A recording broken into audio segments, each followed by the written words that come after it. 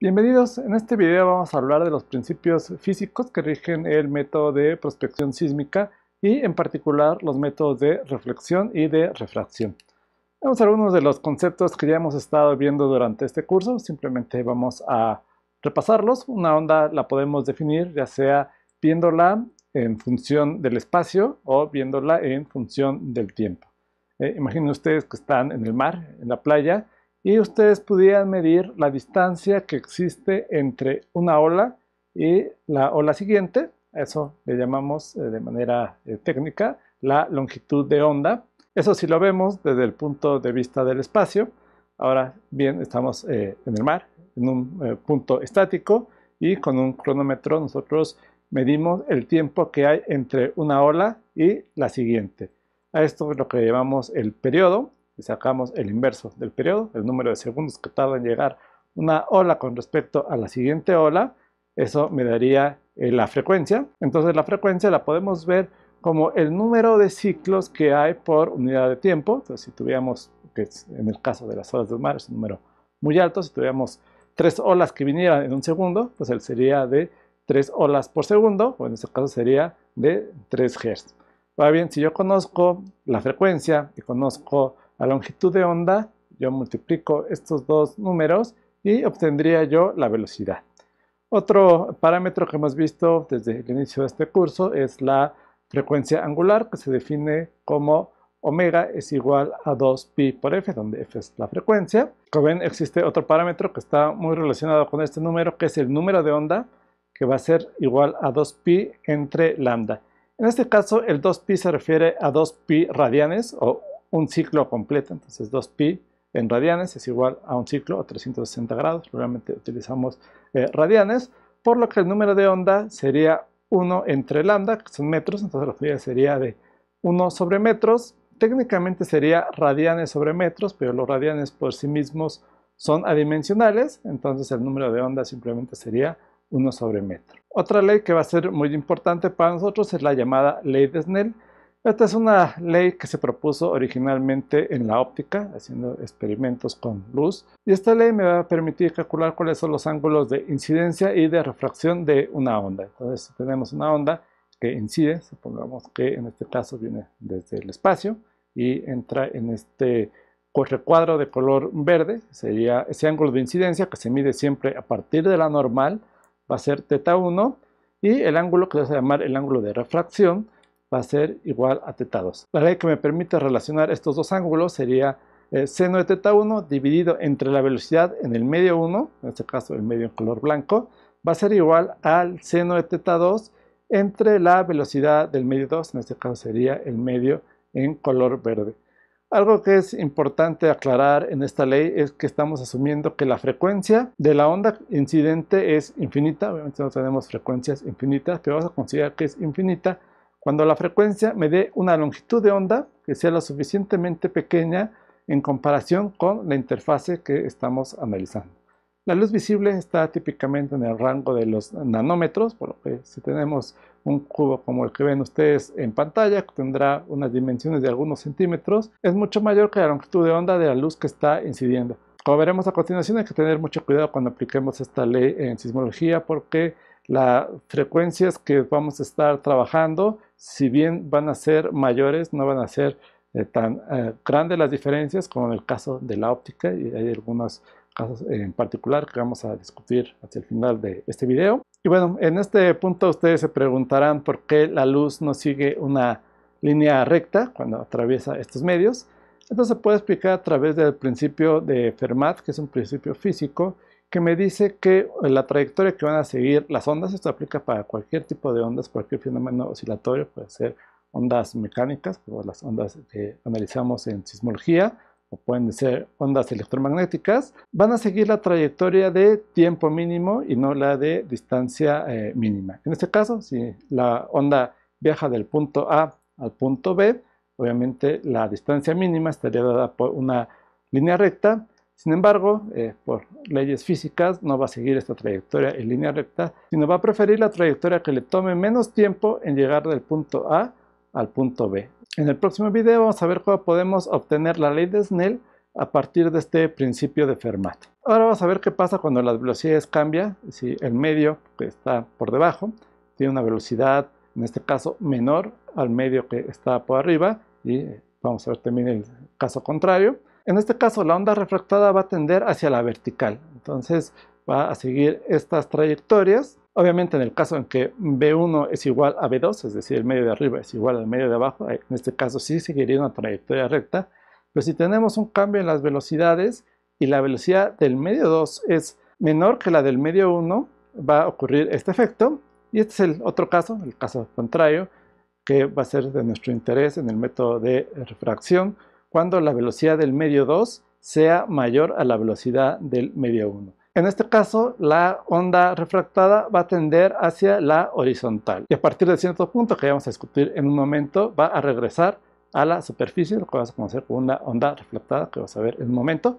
Veamos ahora un par de simulaciones que me permiten entender mejor estos dos conceptos. Veamos esta primera animación. Los rayos amarillos representan la trayectoria de un segmento de este frente de onda que está representado por esta línea rosa y azul. Y veamos cómo la trayectoria de los frentes de onda, en este caso vean que la velocidad del medio de abajo, del medio inferior, es menor, es de 5 km por segundo, mientras que la del medio, donde se origina la onda, es mayor, es de 6 km por segundo. Entonces, al llegar a la interfase, esto va a hacer que los rayos sigan una dirección hacia la vertical, contrario a lo que va a pasar en la siguiente animación. Veamos ahora esta segunda animación. En este caso, la velocidad del medio 2 es mayor que la del medio 1, es de 10 km por segundo, mientras que la del medio 1 es de 6 km por segundo. Y vean que estas líneas amarillas que representan la trayectoria de un pedazo del frente de onda tiende hacia la horizontal. Estas y otras animaciones las pueden encontrar en la página que se encuentra en la esquina inferior derecha. Les recomiendo la visiten y encontrarán otros materiales que son sumamente interesantes.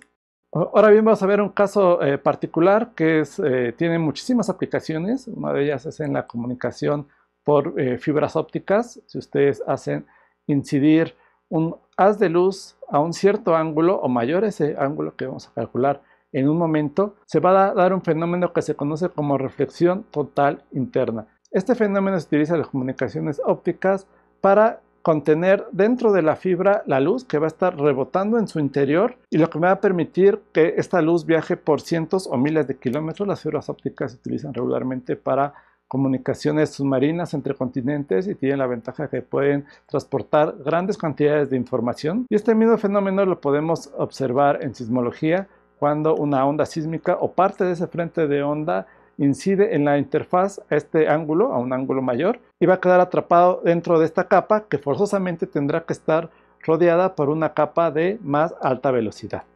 Vamos a ver cómo se hace ese cálculo. Este ángulo del que se ha hablado se conoce como el ángulo crítico. Vas a partir de un rayo, es decir, un pedazo del frente de onda que va a incidir a un cierto ángulo de θ. Y vamos a imponer esta condición, que la onda refractada sea de 90 grados, es decir, viaje de manera completamente horizontal a la interfaz. Y vamos a tener que cuando sobrepasamos ese ángulo θ1, vamos a tener el fenómeno de reflexión total interna, y vamos a ver que el ángulo, que en este caso le vamos a llamar el ángulo de reflexión, va a ser igual al ángulo de incidencia. Vamos a verlo matemáticamente cómo lo podemos calcular.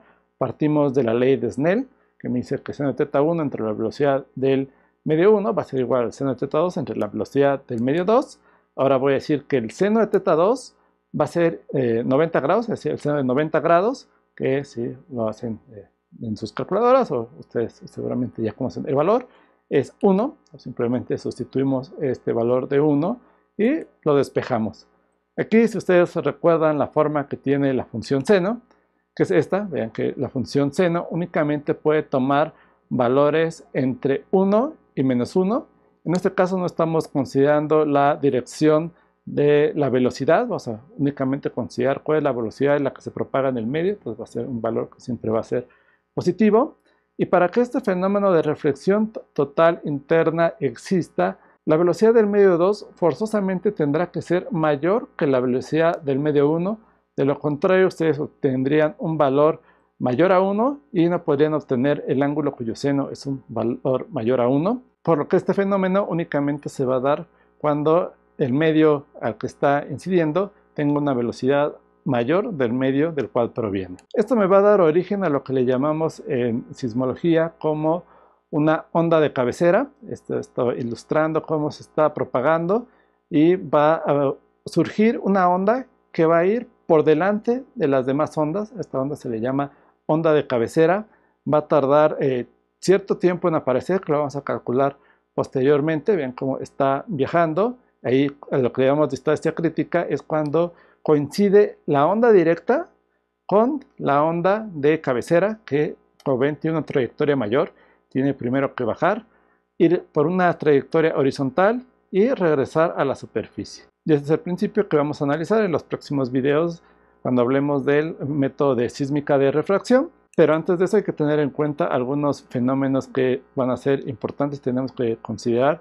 Uno de ellos es la zona de Fresnel. Las ondas que estamos analizando, incluso ondas ópticas, ondas de luz visible, si bien la frecuencia es muy alta, no es infinita, esto va a hacer que los haz de luz, al ser un fenómeno oscilatorio, tenga ciertos espacios en los que vas a tener una interferencia constructiva o destructiva de la señal. Es decir, la luz se puede cancelar por sí misma o puede generar una luz más brillante cuando pasa por puntos que tienen una dimensión similar a la de la longitud de onda. Este es un experimento que se puede realizar en óptica, donde vamos a ver que cuando hacemos incidir un haz de luz sobre un orificio lo suficientemente pequeño, la luz que obtengamos va a tener estos patrones. Vamos a tener partes en las que la iluminación va a ser más oscura y partes en las que la iluminación va a ser más intensa. Esto ocurre cuando el frente de onda, como ven, siguen trayectorias ligeramente diferentes y cuando entran en fase, vas a llamar que entra en fase. Cuando dos crestas de esta señal sinusoidal que hemos dibujado anteriormente, si las dos entran al mismo tiempo, entonces el efecto se va a sobreponer, pero si una tiene la parte negativa y la otra tenemos la parte positiva, estas al sumarse se van a anular y me va a dar zonas oscuras. Esto es más difícil de visualizar en sismología, pero podemos ver a través de los instrumentos que va a haber zonas en las que la señal va a ser más intensa y zonas en las que la señal va a ser menos intensa, y esto va a depender de la frecuencia y de las dimensiones de la interfaz. Esto es algo particularmente importante en comunicaciones. Cuando tenemos dos antenas, vamos a tener esta zona de Fresnel en la que no debemos de tener obstáculos, ya que si tenemos un obstáculo, la señal no va a viajar en línea recta entre la antena A y la antena B, sino que se va a propagar a través de este cuerpo elíptico. Y si tuviéramos un objeto que estuviera obstruyendo este cuerpo elíptico, me podría causar interferencias en la señal.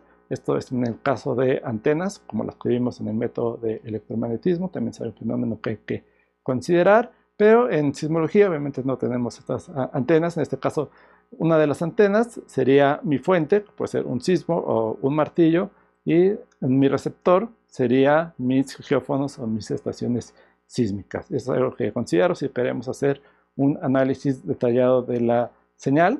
Y esto me va a determinar la resolución horizontal, es decir, el tamaño horizontal de los cuerpos que yo podría identificar utilizando este principio.